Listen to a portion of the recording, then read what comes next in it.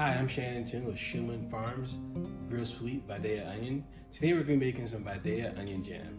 It's a really great condiment. It goes great with burgers, hot dogs, or even on some toasted bread with some cheese. It's a very simple recipe.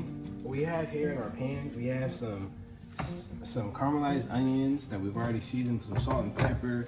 We also have about 5 slices of garlic in there. And once we get it nice and caramelized, we want to start adding in some brown sugar. And then we're going to add our inverted sugar, which is the honey. And this keeps it from crystallizing and turning it into candy.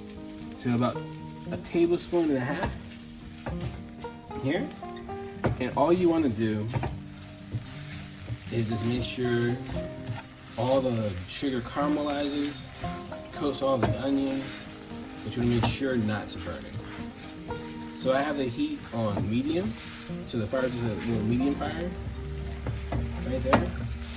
And what you want to do is just before it starts to candy or burn, is you want to hit it with some sherry vinegar.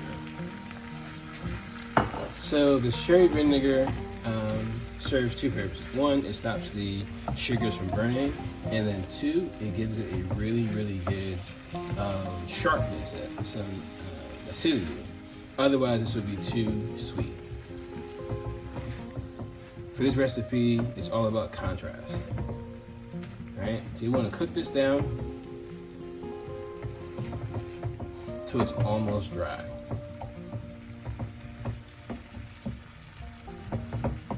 Now, a variation for this at this point, if you wanted to do like an onion bacon jam, you can add in some pre-cooked chopped bacon.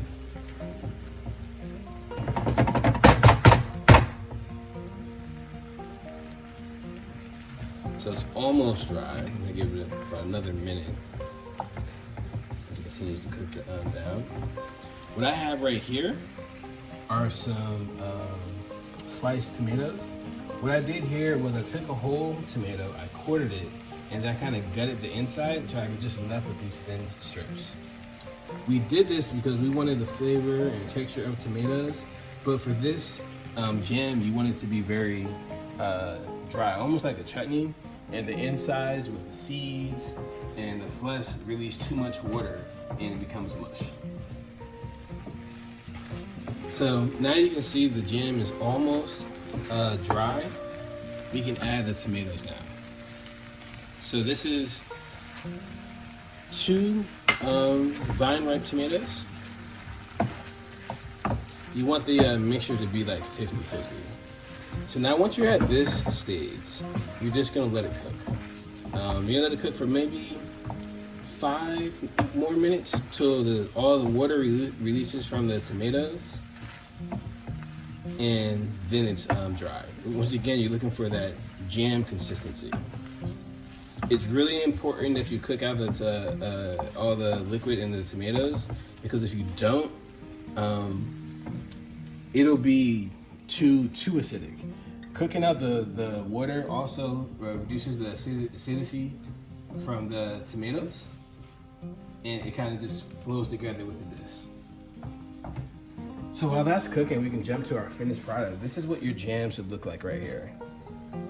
So the onion jam, you see how well the tomatoes are cooked down. They all kind of melds together. Your garlic in there. Now for the garlic, we like garlic in our family, so we cut in slices. If you're not a huge garlic fan, you can mince it or dice it. And here's our finished product. We want to see your finished products as well. So please add us at Real Sweet Onions and use the hashtag #AintLifeSweet. By doing so, you'll be entered into a giveaway where you can receive a $50 gift card as well as some real sweet swag.